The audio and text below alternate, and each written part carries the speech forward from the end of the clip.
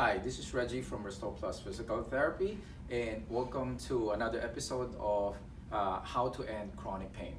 Okay, so now I want to address this. In a previous video, I discussed which is better, pushing or pulling, and I said pushing is better.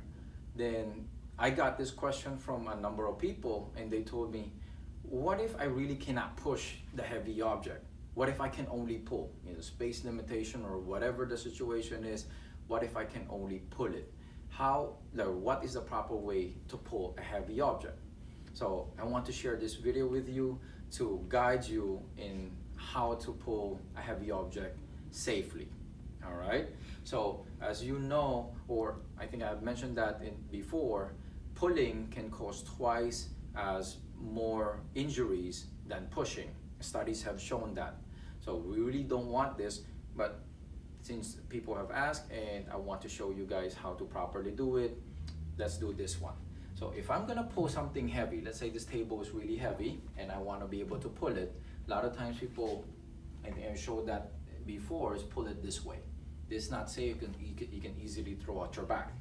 Now, the proper way to do this will be, you want to go into a lunge position like this. That way your front and legs will be apart and you can use your front leg muscles to actually start pushing back.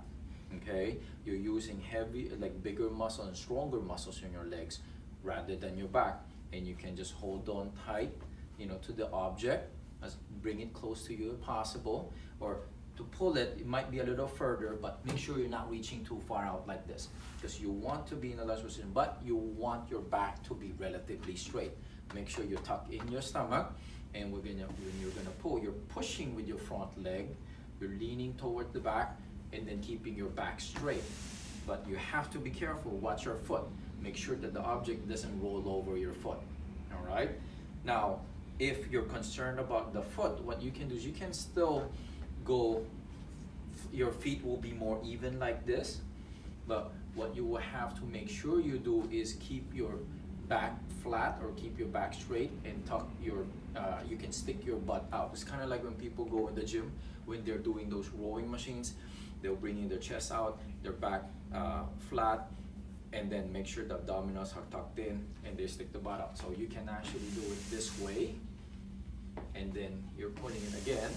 So this way, by contracting your abdominals and the core, you're keeping your spine steady, keeping your back straight, doesn't allow your disc to protrude backwards more easily, and you're using the bigger chest muscles to actually pull, and also you're using your back muscles to do that.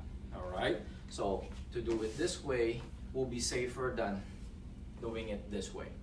All right, and the lunge position, the advantage there, if you actually do slip, you're not gonna fall on your back, so on your butt, I mean. But this one, there's a risk there, so make sure you grab on tight. So if you have to pull, this is the process, or this is the way that I would recommend you pulling. And if you are not strong enough, feel free to give us a call. We have what we call a total body conditioning program, where we can strengthen key muscles in the body.